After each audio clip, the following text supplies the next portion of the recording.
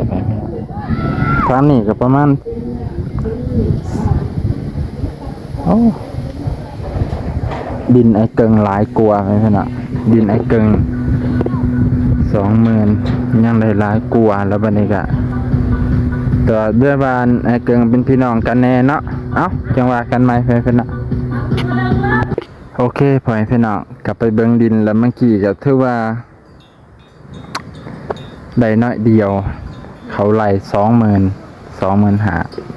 มันเป็นรสชาติแบบใดกินไม่ไปแล้วค่ะคมบ่หรือหวานบักคำเด้เป็นช็อกโกแลตมันนี่หูช็อกโกแลตเว้ยอันนี้ก็หูบ่ช็อกโกแลตดำๆนะบ่เดียวมือเดียวนิ้วเลยบัดเดียวเลยบักคำกิน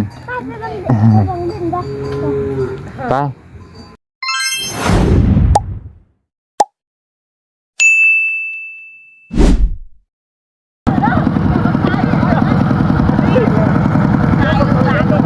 อยู่ดีมีแห้งสุขสบายดี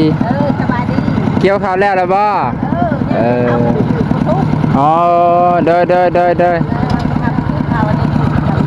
โอ้เด้อมื้ออื่นกับปันโดยคือสิได้หลายแล้วเขาเพิ่นเป็นนี่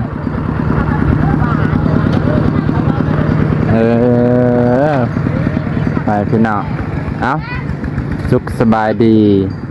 สุขีสวัสดีครับพ่อแม่พี่น้องลุงป้าที่อยู่ประเทศไทยสบายดีเด้อพ่อแม่พี่น้องที่อยู่ในประเทศและต่างประเทศเนาะมานี่บ่าวน้องมาเยี่ยมยามถามข่าวนวลคือเก่าพ่อแม่พี่น้องหลังจากที่บ่ได้มาเกือบเป็นสัปดาห์เกือบเป็นทิศตั้งแต่เอาเตียงมาให้ก็บ่ได้มาเลยพ่อแม่พี่น้องมานี่มาเพิ่นก็หาก็มาติเกี่ยวเข้าซอยเมตู้ซอยมีตู้ผู้นึงนั่นแหละพอดีเพิ่นอยากแบ่งที่ดินให้นะ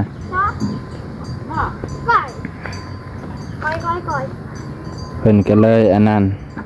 ไปเกี่ยวข้าวซอยเพิ่นพี่น้องเกี่ยวข้าวซอยแล้วบัดนี้เหลือแต่อันนั้นเหลือแต่บ่มีหยังดอกเหลือแต่เอื้อยเพิ่นกับเหลือแต่น้องเพิ่นพี่น้องลูกเพิ่นนั่นแหละคือบ่นั่งเทิงครับคือบ่นั่งทางเทิงสบายดีโดยสบายดีมาแต่เกี่ยวข้าวบ่คนคนเขาคนตัดเอาเมื่อวานเพิ่นตัดเมื่อวานนี่บ่ให้พ่อเดินขึ้นรถเลยและให้พาไปเบิ่งมองดินผัดบ่พาไปบ่ได้กินขนมก็เลยอยากให้หลายคนก็ว่าให้พาไปเบิ่งมองดินเอื้อยที่เพิ่นสิขายให้มีตู้ผู้นึงแหละพ่อแม่พี่น้องผู้พาไปคนเขาหั่นเนาะโดยเขาเพิ่นลายบ่เป็นนี่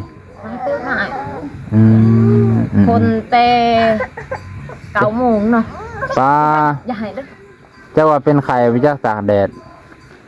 อันนี้มัน2:00บ่แม่น3แล้ว3 โมงแล้วอีก5 นาทีจะว่าเป็นไข่หรือตากแดดมาเนี่ยไปเจ๊ใจเย็นๆเด้อนั่งลงก่อนจะขนมอยู่บ่รถนะไปน้องแพงน้องเอาสบายดีลืมสบายดีโดยสบายดีบ่ได้มาหาเกือบเป็นทิศเป็นทิศจ๊ะไอ้น้องไปเลยอีสั่งเลยเปิดขนมซื้อขนมมาฝากน้อยๆหลานน้อยพอดีแจกให้น้องไว้แจกเลยบักหลานไปเล่นไปแกงเกิบจงให้น้องน้ำเด้อ ตัวรอยอยากแล้วเมื่อจากคนเขาแล้วปะรอยอยากแล้ว พอแล้วกินอันเดียวแล้วกินดี ให้ปละทงเลยไอ้เลยน้องส่งหน่อยก่อน เด็กช็อกโกแลต ช็อกโกแลตบ่แล้วกินเบิ้งมันสิแสบบ่ แซ่บบ้า มันสิไม่แห้งเมื่อยบ่ เป็นจังไดระวังแค้นเด้อเอาน้ำลองน้ำแกงผัดฮึก มาถึงหึงแล้วบ่ ฮักกะมาอังพี่เนี่ยนั่งเล่นน้องเขาบักท แล้วว่าสาวบุญก็มา ำบ่เมื่อแล้วบ่อิ๊ยมาเลยสาวบุญกะมาเพิ่นพี่น้องบุญเพิ่นก็สิมาเนี่ยเนาะมาเยี่ยมยามถามข่าว ดิน มาเบิ่งดิน แล้วเองแล้วกินข้าวเว้ากับเพิ่น กับแม่ตู้นะบ่เอามองที่นั่นน่ะเนาะมอง6 ล้านน่ะบ่ขายเลยบ่เอา วันนี้ โอเคแคบเนาะมันจักว่ามันตำเบานงเบิ่งในเบาแซนมันต่ำมันแสะมันเปื้อนเนาะเห็นเบาแซนเพิ่นมาทายมื้อนั้นเบานงก็เบิ่งโอ้ยน้อยๆนึง น้อยเด้หาเดียวเบิ่งให้มันสังสี เดี๋ยวมันติดบางครั้งมันติดทางมันมักจังซี่บ่ ก็เอาเลย กว้างบ่แหละ ได้เลยใหญ่ดิลายดินทันจักและ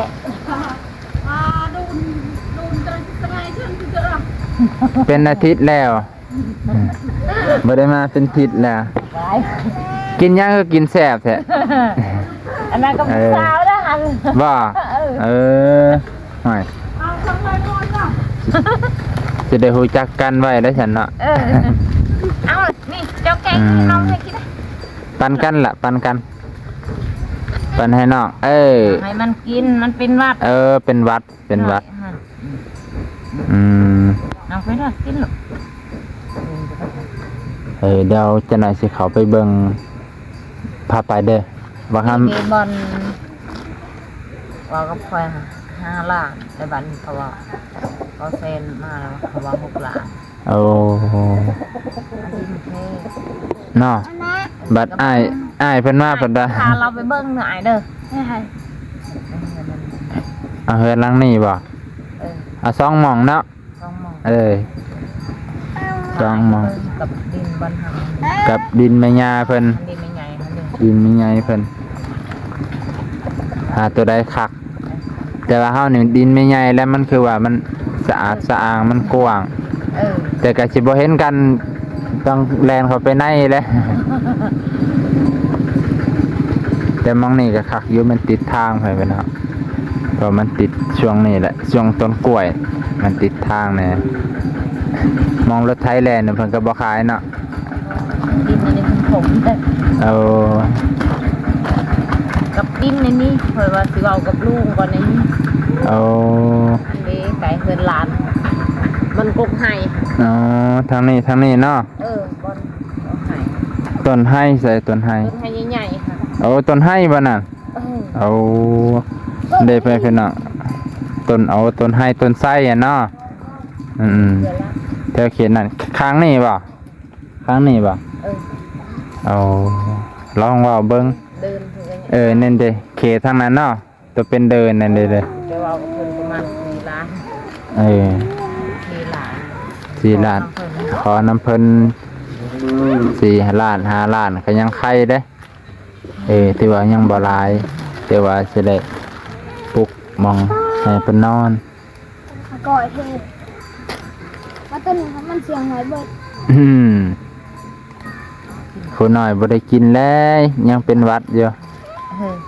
แม่แล้วพายเบิ่งแพทอาย ฮะ แพทอาย อายหมู่ พาไปอายไปเบิ่งรถอายเอ้ย เจ้า อายหยัง อาย ไปเบิ่ง บ่คำอายครับแน่หัวตำเอ้าตามอีกแล้ว ไปเบิ่งวันนี้มันบนต่ำๆฮะ มองนี่เนาะได้ ปานให้บักคำแน่ให้อันนั้นแน่ให้บักลุงแน่ทงนึง ให้บักซื้อลุงบ่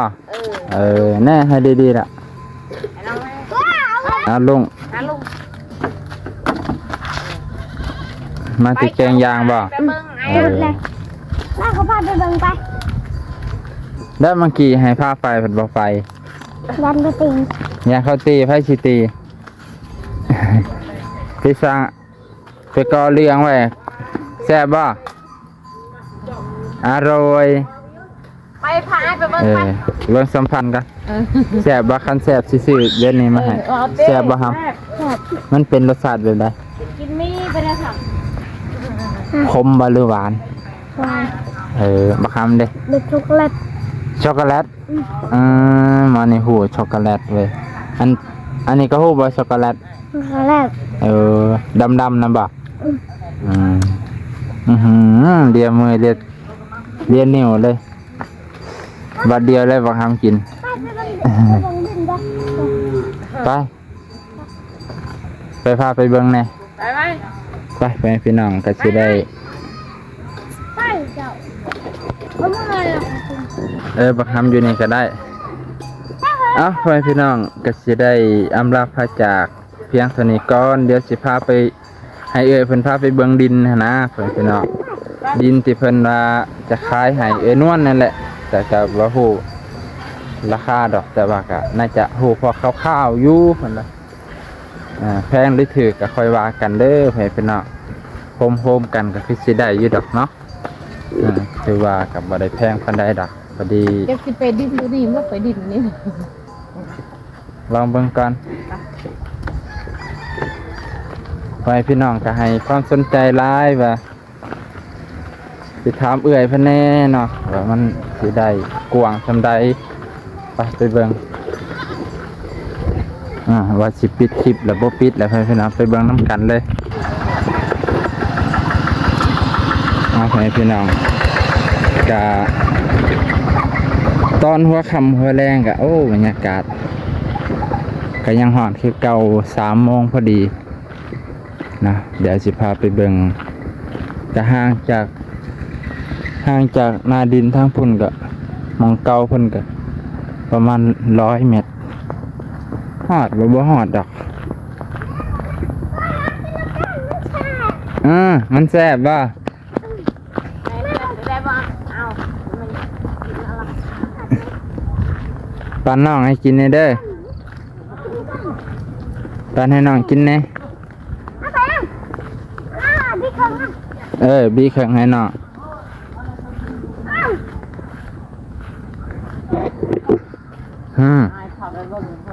แซ่บพันดาอร่อยมากเลยขออนุญาตเข้าไปในเด้อแม่เด้อ นี่อ่ะเขาเนี่ย เกาะปะเนียแปลว่าหยังออกมา เกาะปะเนียแปลออกหน้า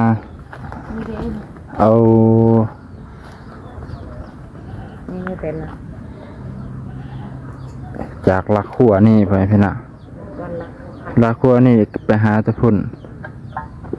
จักเม็ดหาจักเม็ดนานคันของแม่ทางพุ่นได้กว้างกว่านี้บ่ กว้างได้ดินนะ บ่ตัวเพิ่นสิขายให้นะกว้างกว่านี้บ่ เขาว่าสิแทกให้ ของแม่นะเนาะตัวนี้เนี่ยเบิ่งได้ประมาณ อันนั้นบ่แม่นดินมู อ้าว ไปคือได้บ่เขาทางน้ำทางดิน ไปฮอดนั่นได้ก็โค้งอยู่สิเนาะไปฮอดนั่นแล้วโค้งจังซั่นแล้วก็ไปพุ่นบ่มันเป็นล็อกไปพี่น้องต้นน่าจะต้นไม้ต้นนั้นแหละเดี๋ยวสิเข้าไปเบิ่งเข้ามาพี่อันนี้ก็บ่แม่นดินของเพิ่นเกี่ยวมาพี่น่าจะต่ำจะต้นหมากมังน้อยหนานั่นแหละแล้วก็โค้งมาพี่ของง่วนน่ะก็บ่แม่นของง่วบ่แม่นนี่เนาะ บ่ของเรานี่ แล้วก็ทางนี้แถมมันนี่พร้อมให้พี่น้องแถมเพื่อนนี่พร้อม เออ อะไรหลัก โอ้เขาไล่ทั้งเบิดอันนี้6 ล้านเลยเอาน่าจะดิน4 ล้านแถมใหม่อันนี้พร้อมมั้งแถมใหม่ 2 ล้าน เพื่อน2 ล้านบ่โอ้ยนะแต่ถือว่าจะว่าแคบบ่ตามเฮาเบิ่งนี่คันแม่เพิ่นแท้น่ะบ่ฮู้ว่าเพิ่นสิแท้กว้างซำนี้บ่เนาะเป็นแม่ย่าเพิ่น แท็กซ้ำดินเขาซื้อนั่นน่ะ บ่ของแม่ตุพุ่นนะ จัก บ่ฮู้ว่าเพิ่นสิแท้อันลายซำนี้บ่ คอยสิ บ่เฮ็ดล่ะบ่เฮ็ด พอตียาตียา เอาไปอยู่ ตีเอาปียาตี ไปเบิ่งดินทางหวย ไป ไปลูก ผู้เจ้าผู้ทำว่าตาย ฮะ ตะบังแค่กันใด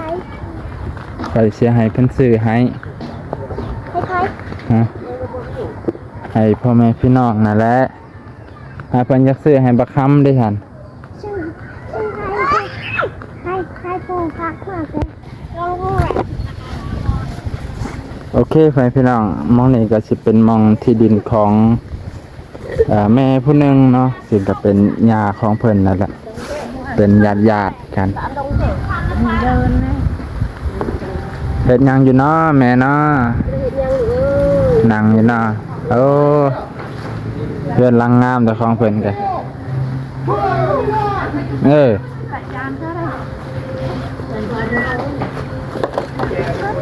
เฮ็ดกินหยังเนาะดินของเพิ่นน่ะจากนี้หาพุ่นเนาะจากนี้หาพุ่นแต่บ่ฮู้ว่าเพิ่นสิแบ่งให้ตัวใดแม่ เขาว่าซื้อเพลง เอาประมาณ4 ล้านเนาะประมาณนี้เนาะค่อยว่าตัวนี้แหละงามกว่าพ่อแม่พี่น้องว่าจังไดตัวนี้มันจะสะอาดกว่าแล้วมันก็ยังโนนอยู่มันดีกว่าวิวมันก็ดีครับเพิ่นให้4 ล้านนี่จากต้นนั้น ได้บ่หรือบ่ได้ ยักเนาะ จากต้นฝุ่นหาพี่ก็สิได้อยู่ดอกเนาะหาฝุ่นหาพี่ ก็ ดินเพิ่นเบิดนั่นแหละแม่นดินเพิ่นเบิดนะแต่ว่าก็บ่ฮู้ว่าเพิ่นสิแบ่งขายเท่าใด ปลาลงไอ้ท่านนะ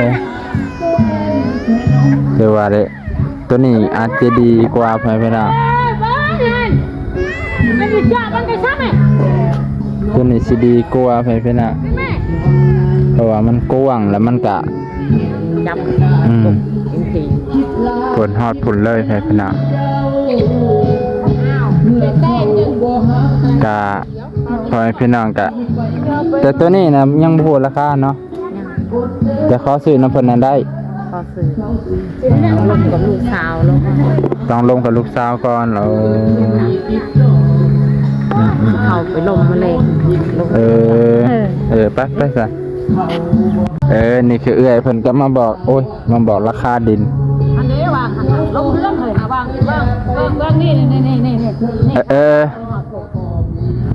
กระต่อน้อยๆนะบ่กระต่อ ตางิวก็เฮิมบ่ กระต่อเงี้ยวหาพุ่นบ่ จำหัวบ่คามนะมาปกข้าม แล้วก็มาพี่สี่เหลี่ยมจังซี่บ่ โอ้ยหันเลยตีตัวตีขาดกันละกันอยู่พูดบันไดสิปลูกได้สองหลัง ป้าตัวว่าแล้วก็ขับบ่ได้ใหญ่ โอ้ยยังหาใหญ่มันบ่มีดอกดินอึดนะ แบ่งให้ดีกว่า โอ้ยดีว่าไปนำปลาเบิ่มลองไปดูไปหาหนังเอาไปดูเอาไป จากนี่ให้พี่น้องจากกระต่อนี่ไปหาพุ่นเนาะแล้วก็จากนี่หาพี่บ่แม่นบ่จากนี่หาพุ่นนี่เนาะเนี่ยจากนี่หาพี่กับตัวนี้ก็ประมาณ40 เมตรตัวนี้ก็ประมาณบ่ฮอดดอก40น่าจะ20 เมตรหรือ20 เมตรกว่าไป ใช่ นั่นน่ะ เพื่อนอันยัง นี่เด้แม่นบ่ กายดา อันนี้ก็เห็นไอ้ย่ำเลยพี่น้องเนาะตัวนี้เพิ่นละ25,000ป้าถือว่านักเติบเลยพี่น้อง